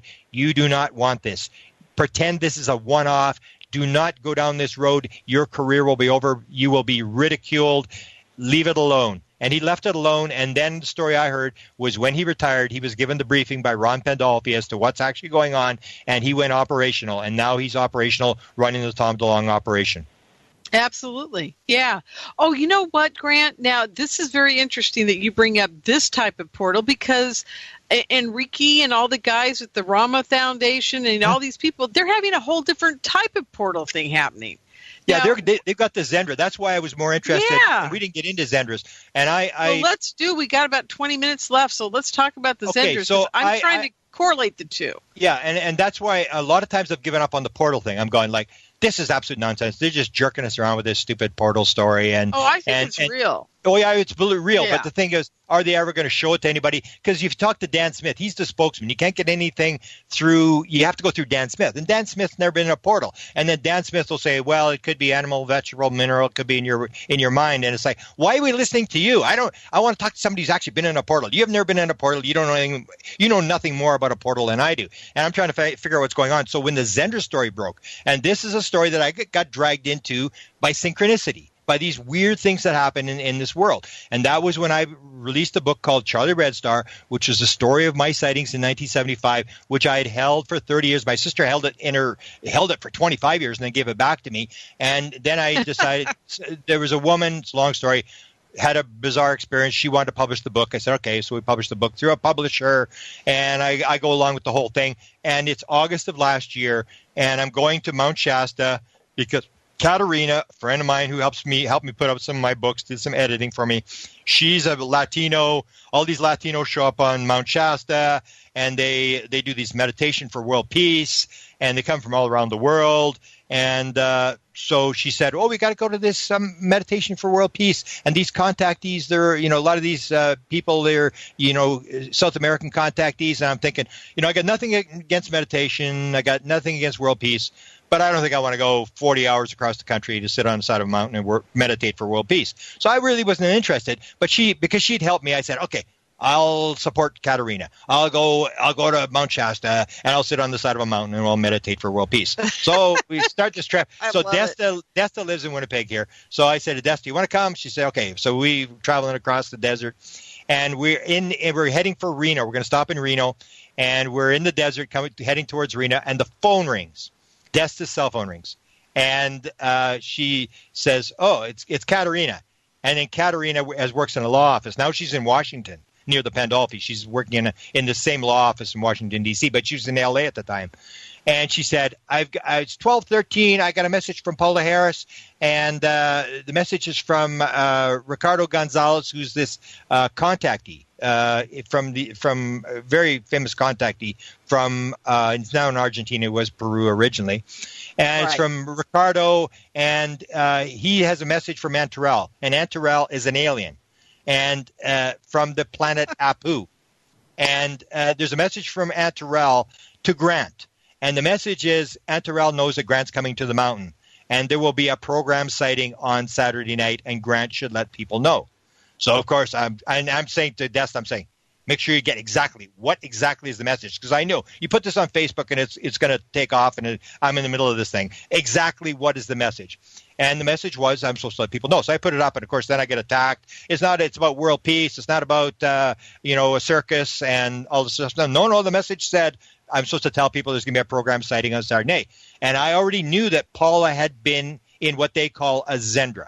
She had told the story at Consciousness Expo. I had first heard her tell the story, and she said, oh, I was there, and the same contactee guy, Ricardo Gonzalez, had called me out of, they have a group of about 180 people all meditating, and it's freezing cold. Like, it's unbelievably cold up there. And everybody's meditating and oming and stuff, and they're trying to raise the vibration, and the UFO flies, and they have these antennas They call them antennas. And these are very highly psychic people who will tell you not only where the sighting will take place, but to the minute when it will take place. And there was 2 antennas on the night I was there. August the 19th was the night when my event happened, that said it would happen at 9:33 on the Saturday night.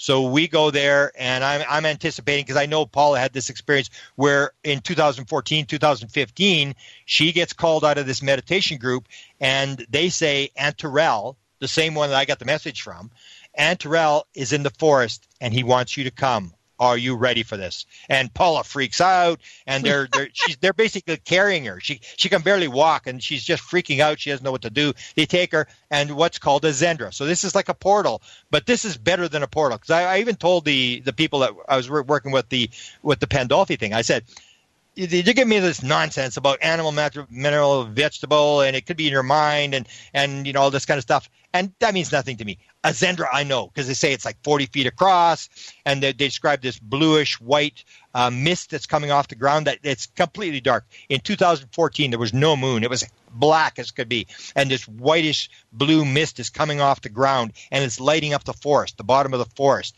And they're there, wow. and there's 7 people allowed in the Zendra at a time. So they're going, and Ricardo. There's all these women, and I know all the players, because I actually interviewed most of them, and they were to hold hands, and they were told, until you cross over that mist, until you're on the other side of the mist, do not let go. And this Paula's telling me the story, and I'm going, what? I said, you're a famous UFO researcher. You got to tell people this story. She said, no, it's not about me. I don't want to tell this story. I don't want people to know about this stuff. And I said, you got to tell people you actually saw this thing. And then she finally went ahead and told the story. So she said they're holding hands.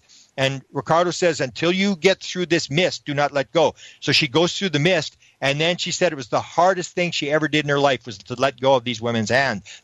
Karina was on one side, and Saul, and all these women. So she lets go, and she looks up, and there's this alien, Aunt Terrell. He's about 10 feet tall. He's wearing a very tight suit. He's got this crest that has these sparks coming off it. He's got this whitish sort of hair. And so she tells me this story. And when we're there last August, before the event happened that night, I go into the forest. I put these things on my YouTube channel. I got the interview, 22-minute interview. We're in the forest. She's showing me where the aliens were, how many aliens. There's these little aliens running around with these iPads that were poking out from behind trees and stuff like this. And I'm going, really? It's like, and there was 10 witnesses. And I'm going, wow. She said, well, most of them are here. I said, they are? Let's go. So we go, and she's talking these people into being interviewed. And I'm interviewing these people on camera, and I'm going, were you in the Zendra? Oh, yeah, I was in there. What did you see? Oh, there was this guy. He was about 10 feet tall. And they're all telling me the same story. And these little beings running around and stuff. I guess I'm going, I simply said, like, this is the most amazing story I've ever heard in my life. Because it's not like the portal thing. It's like, oh, well, it could be this, could be that. I mean, you never know. You could do it with your mind and stuff. This, I know. It's like 40 feet across. It's got a dome. And it's like an interdimensional bubble that the aliens create. And then the people go into this bubble. And then I started to learn. And we got to tell people it's raising their vibration up to the level that they're at. They're actually in their dimension. Yeah. Yeah, and they're just popping into ours in a crossover point. Yeah, it's almost like their vibration. That's the whole idea that people are always waiting for the big mass landing. And I've actually given the landing. They're not going to be no mass landing. They can't. They can't exist in this because they're at a different vibration. And they can't even. So they come in. So that's what the Zendra idea, but they're just speculating on this. Now, it makes sense that they're at a high vibration, and that's why they do this oming, and that's why they do this meditation thing and this oming and stuff like that to get the vibration up, and they raise our vibration up. The aliens bring their vibration down. They meet in this Zendra thing, and they could only last for a few minutes. And these, according to them, they had some people have described a ship that shoots 3 beams down, and the Zendra appears, and the way they described it is they called them the engineers. And I talked to the people who had these little aliens that were poking around, and they were running, and they described it. They're running around like that iPads, and they believed that they were the ones that were making the Zendra, that were holding the Zendra together as these people were in it. So Paul had this experience 2014, 2015, and both times there was like 9 or 10 witnesses. And I was going to these people, and I'm going, everybody was telling the same story about exactly what they saw in the Zendra. And I said, Now, this story you can actually do something with. This is and then I was talking to Joe Burks, and Joe Burks says, "Oh, there's this guy that flew the 747 United Airlines pilot. Oh, he was in one of these things. They had one up in Northern California, and there was 50 people went through the Zendra." I go, "Are you kidding me? 50 people went through, and they went in groups of 7. And then I learned about one in Uruguay, 125. And I'm watching Sixto Paz, who's one of the main guys. He's showing a video of a picture of the Zendra, and I'm going, whoa." And so I just interviewed Enrique. Enrique Villanueva. Yeah, who's going to be at your conference. Exactly. And I got him talking about portals. Forget about all this other stuff. Let's talk about portals. Let's talk about the aliens that they saw last year at the event, because we were on one side of the road. And we had this flashing light thing. On his side of the road, it was like the circus, man. I mean, he had aliens. They had this other guy had aliens. They had the portal appeared. They got a picture of the portal, and it was just like, wow. I mean, and so he was telling me about his Zendra experience, and I said, "Have you ever been in a Zendra?"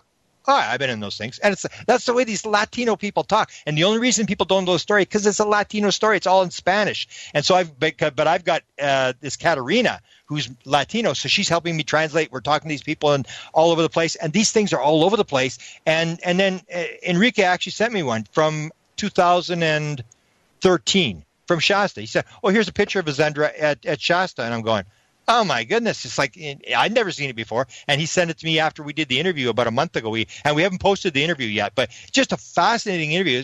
And Enrique, there's no doubt this guy's telling the truth. I mean, he's the most honest sounding guy telling these stories, very humble, whatever. And because we had our event at 9:33, and I knew he'd had an event at 9:08. So I said, "Oh, tell me about the event at 9:08. Was it Saturday night?" He said, "Yeah." And I said, "Well, this is like 20 minutes before our event. Tell your event." And he tells this bizarre story that maybe you can get him to tell at the conference. Just absolutely bizarre with aliens and orbs going around and stuff like this. And this girl that disappears. She's against this tree. Yeah, he told me about that. Yeah. That was so bizarre. And that happened at 9:08. And he had it in his mind. It was 9:08. And the other thing he had was they do this thing where he's an antenna. When he was young, he tried to be an antenna. And the alien said, "You're not the antenna. The antenna will be picked. You're not the antenna, the person that gets all the messages." And so he learned to do this antenna, and he actually produced, I don't know if you've seen it, in this year, in 2017, he had a download of a thing that he draws out, and 2 days later, that exact description, that exact thing showed up in a crop circle in England. And it's a very complex formation. And you look at his drawing, and you look at the crop circle, and you go like, wow, it's just like unbelievable. And so then I said, "Are you doing it again this year?" And he said, "Yeah." And I said, "Are you doing the same weekend as Ricardo?" And he said, "No." I said, "Okay, I'm coming." And then he said, he's going to do his with Sixto Paz. And Sixto Paz is the guy that started this whole thing in 1974. Right. And I'm going, Enrique and Sixto Paz, I mean, I would drive around the world to see that. And I'm going like, wow, I could hardly wait. It's the middle of August up at Mount Shasta. And this time I'm going to dress. I'm going to have like 2 layers of clothes. I'm going to have the bandana. I'm going to have I've been up there in August, and the elevation they're at, it's freezing cold at night, man. During the day it's hot. At night it's just unbelievable. So anyway, they're having this event, and that's the whole thing of the Zendra. And so I'm doing a book on the events. There was 2012, 2013, Sala was involved in 2013, 14, 15, the aliens appeared. 2016, I have this woman from Mexico who had the alien in the crystal shop down below, this tall alien walking around, and nobody's paying attention. Just that's because she was the only one that could see him, right? Yeah. But it's this bizarre story. It's like I said, in 42 years, there's no story that even comes close to the story of the Zendra. And you have actual witnesses that will actually tell you, yes, I saw this, I was there. And when you take the 2014, 2015, both of them had 10 witnesses. This is not like one person. The 10 people in this Zendra that actually will tell you, yes, there was an alien. This is what he looked like. And they all are describing the same thing. It's just wild, wild story. Whereas the portal story, I mean, there's a chance that we may be able to go through a portal because there's these sort of offers that, people that, if you're at the right vibration, they decide they're going to let you through or whatever. I wouldn't mind that. But the Zendra story for the average person, when you see the pictures, we have pictures and videos of portals or of Zendras, and we have none of the. Well, yeah, we even have some of the aliens, but it's the classic alien. They're not that clear. And pictures inside the Zendras. There's a lot of stuff. Yeah, the thing that intrigues me about the Zendras, and this also has to do with Gary Parker, it has to do with me. I told you the story about when I was about 20 years old and the lady came through my wall in this white, glittery, glowing tunnel and came at me, and I was so flipped out. Now, I was out of my body, I got to say, but that means I'm vibrating at a different frequency, right? Yeah. So that's where I picked up on the fact that the aliens don't necessarily, this isn't a ship thing. This is way beyond a ship thing. Yeah. Yeah. And that's what Valet has been saying for years. And I used to think he was crazy.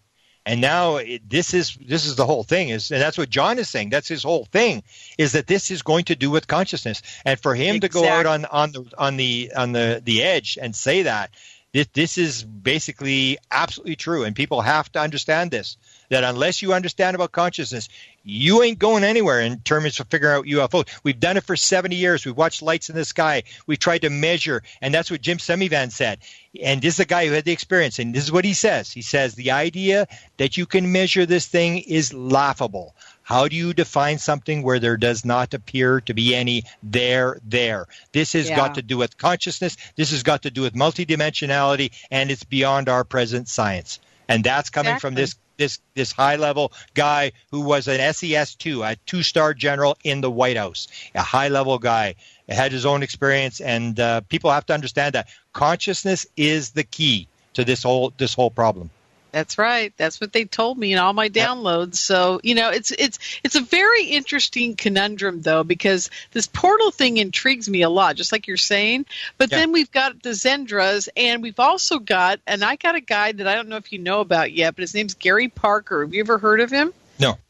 Now, okay, he had an experience a few years back where he got a voice talking in his head and said, go down to the river and scream this chant. Okay. Uh-huh. So he goes down to the river and screams a chant, and a being appears to him on a crystal platform, and he's really big, and there's all this stuff going on. But basically, he was creating a Zendra. Yeah. And this alien sitting in this thing, and what's so bizarre to me is that we can do these Zendra things and see the aliens and communicate with them. I don't hear the portal people talking about any aliens on the other side. Yeah. They say it's a different world they're going into. So maybe they're two completely different things. What do you think? Yeah, they could be, because it doesn't sound the same sort of thing. And they have these actuators and stuff, whereas the beings seem to be able to make these things appear wherever they want. Like people say, well, there's portals and they're on top of these mountains and they're in people's backyards and stuff. And I go, no, these aren't on specific places. This is wherever they decide to pop the thing out. Exactly. Like my bedroom wall. Yeah, they make like an interdimensional bubble, and that's where they come through. And you get to the vibration. So when your mind is quiet, so it'll usually happen at night. When your mind is quiet, you're out of your body, you're dreaming or whatever. That's what Bashar, the famous Chandler, says. We come to you in your dreams because now you're in our world. Exactly. That's exactly it. Man, I can't wait till the conference this year. I'm telling you. It's exciting. If nobody else shows up, we're all going to have a great time. Oh, we'll get lots of people there. Because by then it'll be moving, because they're claiming that they're going to drop these films. And I've heard one thing, and if what happens, this thing is going to be front page news big time one more time. And really? They said January, and it'll happen on a Sunday. But we'll see. I don't want to sort of upset the thing. It must be in the. Said February on a Sunday. No, I heard January. Well, in January, I heard it'd be January. I knew it wouldn't be early because it's the Christmas thing. It's like the Blue Book. They shut Blue Book down at the end of the year because there's no reporters around. But I was told. Well, Chris said that. Chris said that this thing is just to prick the bubble, and he's on the inside, and he does have very high level contacts in there, and he said. This thing is about to get really, really big. They're about to drop this thing. This is just to get people's taste in this thing. And he was talking January. And Gary Nolan, if you go to Gary Nolan's Facebook page, the DNA guy from Stanford, who's part of this program that watches experiencers' DNA and their mind things with Kit Green and Puthoff. If you take a look at, he says same thing. He's saying this thing is about to blow. That you haven't. I think he says you haven't seen anything yet. Oh, geez, this is going to be so amazing. So by the time your conference comes, everybody's going to want to see what the latest update is, because I'll do an update. And I mean, right now I'm doing an update every 2 days, but I'll do an update there for people that they will get the latest. We'll go through the whole thing, and they'll have the latest on what's going on, because I have a lot of contacts. I have 81 people that I'm watching on this story, and there's a lot of stuff happening that we got to sort of let them spin their thing out, but I have, great faith that we are going to get, and it doesn't really matter whether the videos are true or whatever. They have changed consciousness by what they've done. I mean, they have moved the ball down the field, I'll tell you. And they're going to do it again. That's what I'm told. Lots of times. Exactly. They've either moved the ball down the field or they're getting ready to set off a nuclear explosion. It's one of the two. At least a consciousness explosion. Oh, my God. Well, Grant, thank you for being here. This has been really wonderful, and thank you so much. I know you're tired of it all, but it seems it's very intriguing, and it really is going to change the world. So I'm glad that we're part of that. Yeah, well, that's the thing. As I always tell people, I will end up with this. I always tell people, if you understand the UFO story and what's really going on, you are in the Super Bowl of all stories, and you better appreciate that you got to play in the game. Yeah, exactly. I do. I thank God every day, or the AI, or whatever, or the aliens. I thank them all, and I just say thank you for letting me, be in part of this. It's fun. That's right. Thank you, darling. I'll talk to you soon. And MJ, take us out, and I'll see you guys all next week here on the California MUFON Radio Show. Have a great night.